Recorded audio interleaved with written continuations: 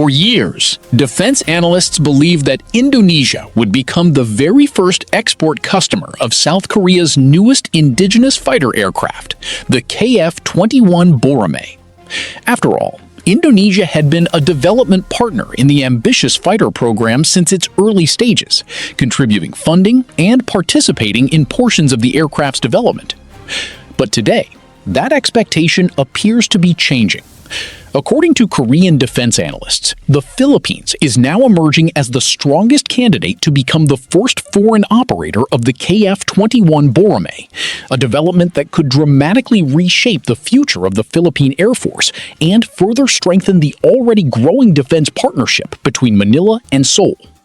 If this becomes reality, it would represent one of the biggest military modernization projects in Philippine history and signal a major leap toward achieving credible air defense capabilities in the Indo-Pacific.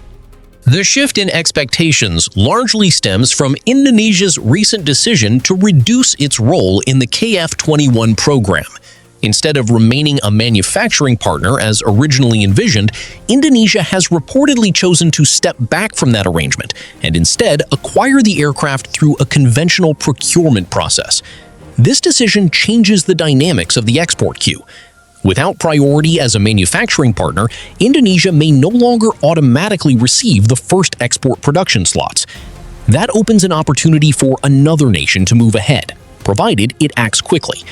And according to Korean defense observers, the Philippines is now in exactly that position. But perhaps the biggest development is not the aircraft itself. It is the financing. One of the biggest obstacles facing Philippine defense modernization has always been budget limitations. Acquiring advanced fighter aircraft requires billions of dollars, making financing arrangements almost as important as the aircraft's performance. Recognizing this challenge, Korean sources indicate that the South Korean government has already finalized adjustments to the financial support framework provided through the Korean Export-Import Bank, or KEXIM. Under this arrangement, eligible buyers could receive long-term, low-interest financing covering up to 70% of the total contract value. That leaves only 30% to be funded directly by the purchasing government during the implementation period. For a project valued at approximately $2 billion, this financing structure dramatically reduces the immediate budget burden. According to Korean defense analysts, the proposed payment structure would begin with an initial deposit equivalent to approximately 15% of the contract value. That would amount to roughly $290 million, or around 18 billion Philippine pesos. The remaining portion of the government's 30% contribution would then be distributed through project milestones over the next 2 to 3 years. Meanwhile, the 70% financed through KEXIM could be repaid over a much longer period, potentially extending beyond 10 years.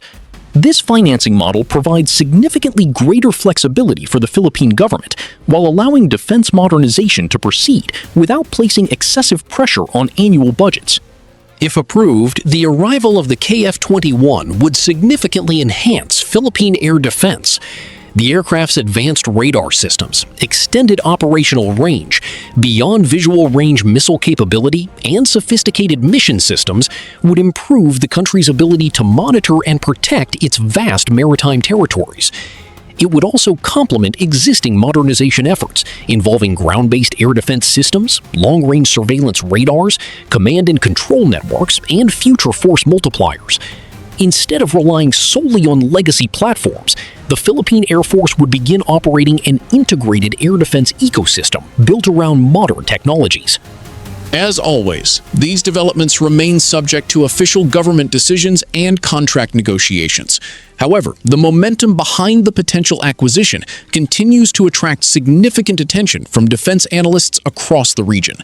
If the deal proceeds, the KF-21 Boramae could become one of the most transformational capabilities ever introduced into the armed forces of the Philippines, helping secure Philippine airspace for decades to come. Thank you for watching. If you enjoyed this defense update, don't forget to like, subscribe, and turn on notifications for more in-depth coverage of Philippine military modernization, regional defense developments, and the latest advancements in defense technology. We'll see you in the next video.